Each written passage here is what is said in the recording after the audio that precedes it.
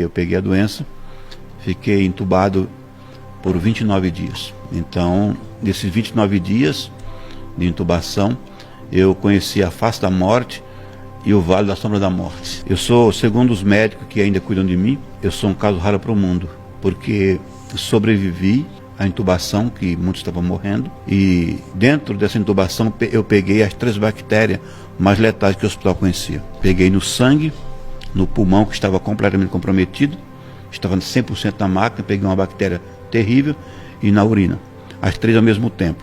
Não havia antibiótico que desse conta disso, e eu fui por muitos dias colocado para morrer. A medicina bateu o martelo dizendo: nós não sabemos mais e não temos mais o que fazer com ele.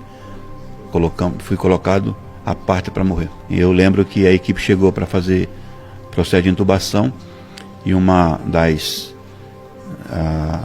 fisioterapeuta da equipe, ela olhou para mim e falou assim: o senhor vai voltar para casa. E eu olhei para ela e estava bem ruim, sem conseguir respirar. Eu falei para ela: eu sei. Mas ela não entendeu, ela repetiu pela segunda vez: o senhor vai voltar para casa. Do pouco de oxigênio que eu ainda tinha, eu falei para ela: eu vou voltar para casa. E aí eu fui entubado e eu voltei 29 dias depois. Desse tempo eu perdi muitos quilos, eu fui por muitos dias desenganado pela medicina, mas eu também tive visões espirituais abertas com relação a isso. Eu tive primeiramente uma batalha espiritual muito grande com espíritos caídos, anjos caídos. Eu via um sacrifício pesado acontecendo, era como se ele estivesse pagando para que, e havia sacrifício para que eu morresse. Mas a igreja e muitas pessoas queridas estavam orando pela minha vida, meus filhos, minha esposa, a igreja inteira, nossos bispos, nossos pastores, e tinha um relógio de oração, 24 horas de oração pela minha vida, sem interromper um segundo.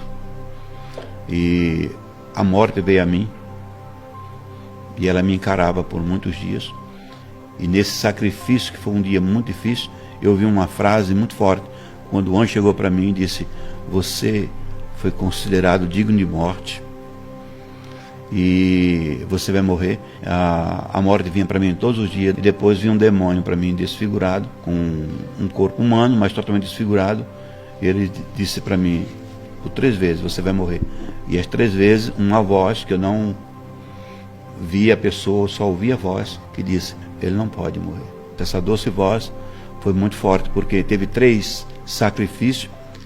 É impressionante que eu tive 3 bactérias e teve 3 sacrifícios. E as 3 vezes eu vi a voz dizer: não pode morrer, porque um povo sacrificou.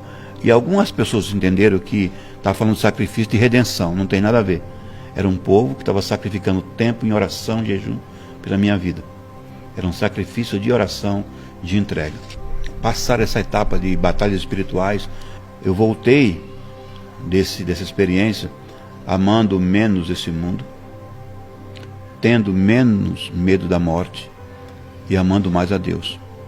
E dentro dessa experiência, o que me marcou muito é que o Senhor me guardou, e eu fui protegido e blindado e guardado de uma forma sobrenatural por essa voz que me protegia. E havia todo um sacrifício nos rituais, houve tantas coisas mais que eu não contei, e eu não sinto liberdade para contar sobre isso, mas tem 3 sacrifícios muito fortes, depois tem mais 4, dá 7 sacrifícios. Eu via um mundo totalmente preso na promiscuidade, e o que é mais incrível e mais triste ao mesmo tempo é que havia um gráfico muito grande, né, cada nação, como se fosse uma pizza. Uhum. E a parte maior, que era vermelha, era do Brasil. O Brasil liderava na promiscuidade para o mundo, e era doloroso ver aquilo. Uma das coisas que eu ouvi o Senhor falar comigo, porque aconteceu depois de toda essa batalha, eu ouvi uma voz dizer: vamos. E quando eu escuto essa voz, eu tive a sensação que a maca começou a tremer, e ela sai, e eu entro dentro de um redemoinho gigante, uma amplitude indescritível, e aquele girava, era belo ao mesmo tempo, lindo, colorido, e cores maravilhosas, aquilo ia girando, girando. E aí, dentro dessa experiência, eu ouvi a voz pela segunda vez: essa não é a minha dimensão ainda.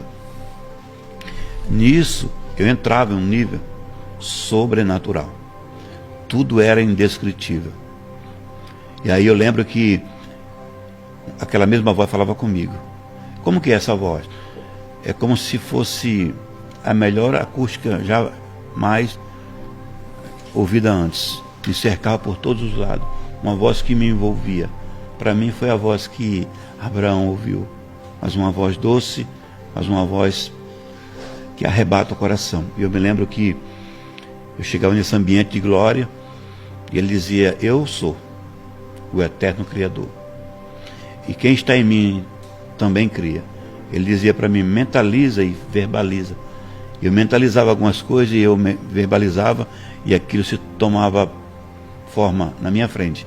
Foram muitas experiências indescritíveis. De tal forma que quando eu voltei da intubação, eu chorei por uma semana. Inconsolavelmente. Eu queria qualquer coisa, um infarto, um AVC, qualquer coisa que me levasse de volta para ouvir aquela voz. Só por ouvir aquela voz.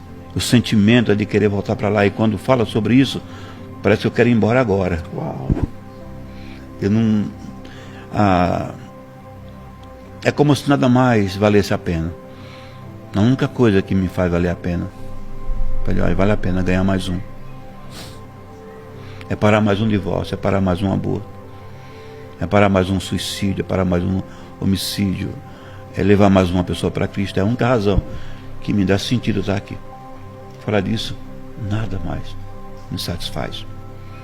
É um desejo assim, me bate saudade, eu quero, minha voz muda e eu quero ir embora. Eu sempre amei o céu, sempre fui um homem apaixonado por Jesus, mas eu me reapaixonei pelo Senhor, pelaquela voz que me envolvia, pelo aquele ambiente sobrenatural. É porque a voz dele me envolveu.